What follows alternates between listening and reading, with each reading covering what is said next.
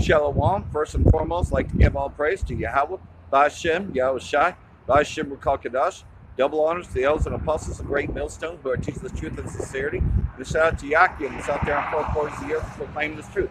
Rock the Yahweh, rock the Yahweh Shai, Ba'ashem Rukal rock the dub. So, out here, another day. Yesterday I would have been out here, but welcome to find out I did not have my selfie stick, which is the only form of tripod that I can have, because Esau been messing with the weather as of lately, you know, and well, we know the Most High is the one that's mostly bringing these storms, because he uses Esau to get what he wants. You know how they have that song, I am the game, you don't want to play me? Who do you think the game is? Who do you think this is that's mustering up Esau to come against himself? It's the Most High himself. It's his game plan, you know, and we're just acting our part. So you hope that you're on the right side of him along with Yahweh Shai rather than being on the left, you know, because left hand, you know, basically is there to modify the right hand, if that makes any sense, you know, because, you know, despite what Esau's told you, you know, when you die, you know, all go to heaven. But if you're on the left-hand side, then you just really are modifying the right-hand side, meaning that you just be a servant rather than being kings and rulers. And that's the biggest difference between the elect versus the two-thirds wicked. Is that the two-thirds wicked, yes, they will have glory in the kingdom, and they, you know, but they'll just be commoners, you know, and that's not a really good place to be. Man, we've been commoners all our lives, you know. We were once kings, especially the elect of us were once kings, but now just a commoner, just a regular peasant. Even more so, we're in slavery, been in slavery, because everything that you once knew, it's all bullshit. You have to relearn everything again, especially when you come into this. You know, you find out that everything you learn in Christianity is not true. The fear tactics of you're going to go to hell unless you come to church regularly every day. Well, in essence, you know, well, what is church? It's a gathering of people. It's a gathering of his elect. That's really what church is. So what we're doing out here, coming out and teaching with the proper doctrine, that's what real church is. But of course, Esau, you know, being on the left-hand side is going to be that confusion, which is what this name of this place is, because Babylon means confusion. So in the state of confusion, you know, that we've been in, this dead state, you know, you have to get past all that. But man, you just, you know, at the very end of this, though, it's really about waking up the elect. That's what we try to do. So yesterday, you know, did not have the selfie stick to come out. Well, I just did a lesson in the car anyways, you know, upon doing what got to do, you know, to still get this word out. Because the word of Yahweh Ba'ashem Yahweh Shai must speak in these last days. You know, that's what the vision was written for, and for it to now prophesy, because we're starting to see the prophecies open up. The more and more we go out there and we prophesy, the more and more people have heard. Because this new song they hadn't heard before, but only the elect are going to understand it. So, you know, the elect of us are waking up, and this is a good thing. So that means that everything is happening the way it should be. So Habakkuk chapter 2 had written, you know, this was written to him. I will stand upon my watch and set upon my tower, and I will watch to see what he will say unto me, and what I shall answer when I am reproved. So, you know, you wait for the answers, you know, because those of us that are the elect, man, we was just searching for answers, you know. Unlike all the others that were going to them places just to feel good with themselves, we actually had questions and all that. We were just in the wrong place. Man, we was never told that we were Israelites. Nah, man, that just wasn't going to happen until now. And the Most High answered me and said, write the vision and make it plain upon tables, that he may run that readeth it. So who is it that scatters from us? The elect are not going to scatter from this. So those that run from this are those that are going to be in judgment of this, because it's not such a good outcome for the red Hebrew Edomites, you know, to find out that, you know, even when they die in the kingdom, they're just going to be servants. Granted, there's good news, though, that you don't go to hell and burn for all eternity, no, but you will be servants, you know, because you serve on the left-hand side. For the vision is yet for an appointed time, but in the end it shall speak and not lie. Though it tarry, wait for it, because it will surely come. It will not tarry. So that's just it, though. This truth came back around 1969, 1970. That it was coming out then, but many had to wait for it. And so it did not tarry. He just had to wait a long time. Abba Givens came and brought this truth to us, as well as others. One West was set up, and eventually, those that still remain, ended up in Great Millstone, and others joined unto it with the correct doctrine, while others, man, they did think that it tarried, but it was not tarried. The whole 2000 Y2K thing really was a stumbling block for many, but that was just the Most High's plan. He was weeding out those that had faith and those that didn't.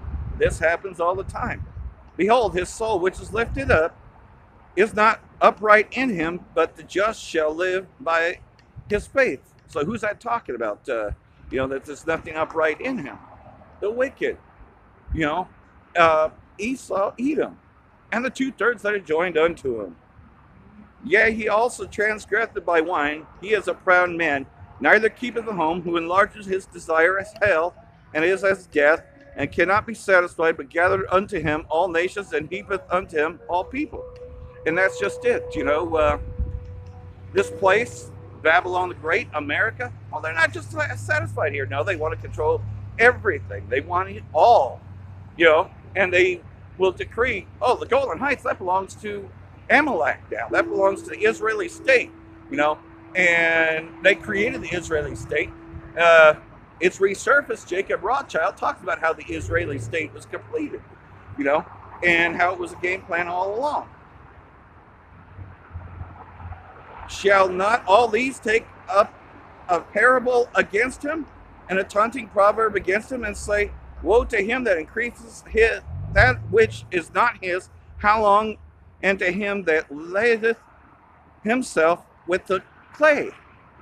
Well, Donald J. Trump declaring that the Israeli state owns Golan Heights, that, pretty much all these other places belong to the U.S. If you're not with us, you're our enemy, pretty much all these decrees. But all these are getting together, Venezuela and Syria getting together.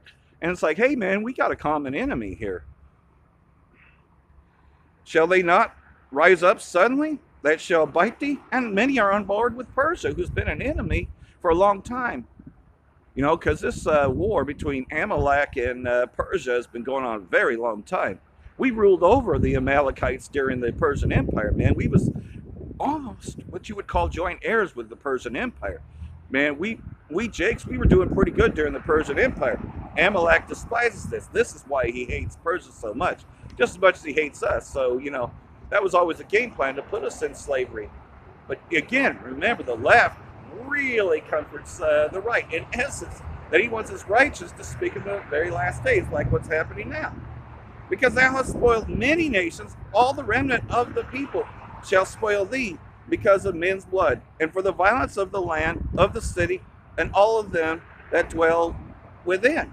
Again, that's talking about when they come against Babylon the Great and shoot their nuclear missiles on this place. Woe to him that coveteth an evil covetousness to his house, that he may set his nest on high, that he may be delivered from the power of evil. Thou hast consulted shame in the house by cutting off many people, and hast sinned against thy soul. For the stone shall cry out of the wall, and the beam out of the timber shall answer it. Woe to him that buildeth a town with blood, and establisheth a city by iniquity, which is the whole foundation of this place. Babylon the Great, America, claiming something that doesn't belong to them. Living deliciously off of stolen land. That's pretty much what all this place is stolen land. As another brother had put it, I believe it was Brother Malcolm that brought this up. Man, if any of these people were just, they would just say, you know what? It belongs to them. We need to give it back. They would just pretty much give this back to God. They're not going to do that. Now, man, the pride of Esau, man, he thinks that, just because he stole it, that it's his, But he doesn't call it that. He calls it adventurers. conquering new territories, all kinds of names that he likes to put on himself, that, he was a, what do you call it, adventurer, all these names that they have, nicknames for Columbus, and, just so that way it sounds really good. But when you get right down to it, nah, man, they weren't adventurers. They weren't looking, they were looking, but they were looking for Jakes to enslave them, because this was the plan of Yahweh Shai. So he could modify his elect, and he could also destroy the wicked once for all, because, the whole reason for the Passover is to not let the leaven the whole lump. So he has to destroy the wicked. So the main reason why we were brought into slavery to begin with is mostly for the 2/3 wicked, but we would be brought up out of this, while the others are catching hell. No, man, you can't feel bad for it. The rapper that died, no, you can't feel bad for it. Prince, nope, you can't feel bad for it. Man, they had their reward. They became famous. And Esau cashed out on them, because that's what happens. Anytime you obtain something, man, Esau's going to take it from you. So why even make deals with him? Why even go to the devil to ask for, sympathy from them? He had no sympathy when he came over here and destroyed the people that were here. No, man, if he had his way, he would have eliminated each and every one of them. He used them to get what he had wanted, and then when he was done, he destroyed them. All those that made a deal with this devil. Every treaty he ever made with Gad or Reuben, he had destroyed. Mostly with Gad, he had destroyed them. Afterward, those that were joined unto him, and then he gives us names that means savages, because that's what Indian means, savages, or quote, you're a Native American, meaning that you're an indigenous, but you don't have any rights to this place. But who is the bastard? Who is the niggard? The real niggard is Esau Edom, and that's now being reversed. See, at the very end of this, we know who the real niggard is, which is how Esau loves to use the word nigger. But the real nigger is Esau.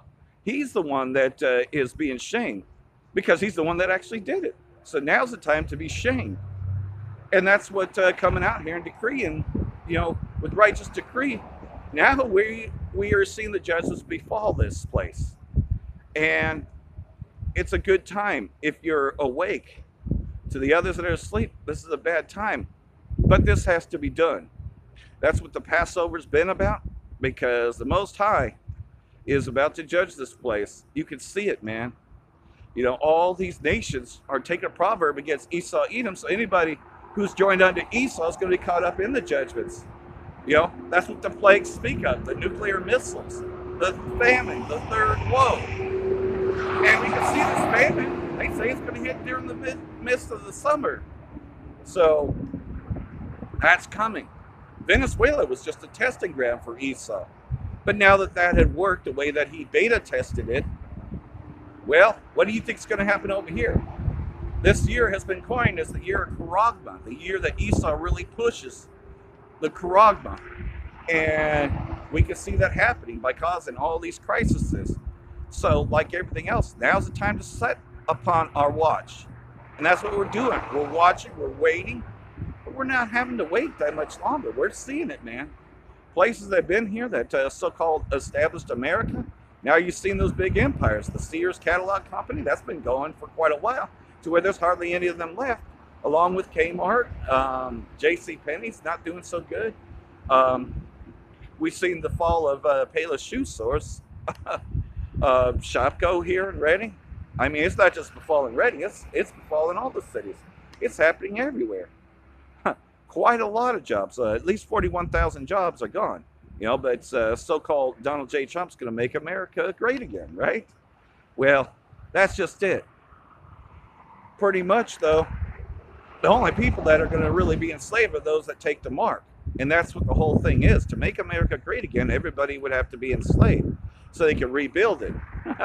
But he shall be brought to perpetual waste. I believe that's out of Obadiah. He shall build his city, but it shall be brought to perpetual waste. It's also in Revelation, So it's a good time to be alive and to see all these prophecies befall. Most of all, though, to be a part of that elect, to know these things. Because, like I said, most are in a dead state. Christianity is a farce from what the Bible has to say. And it's just good to finally see a lot of people wake up to that. That's why we come out here and we do what we do. To wake the people up, to let them know what the judgment is going to be. Blowing that trumpet. So I hope all this has been edifying. For that, I want to say, Barak the Yahweh, Barak the Yahweh Shai, Baal Shem Ruach HaKodesh, Barak Atam. Death to America and death to you 2/3.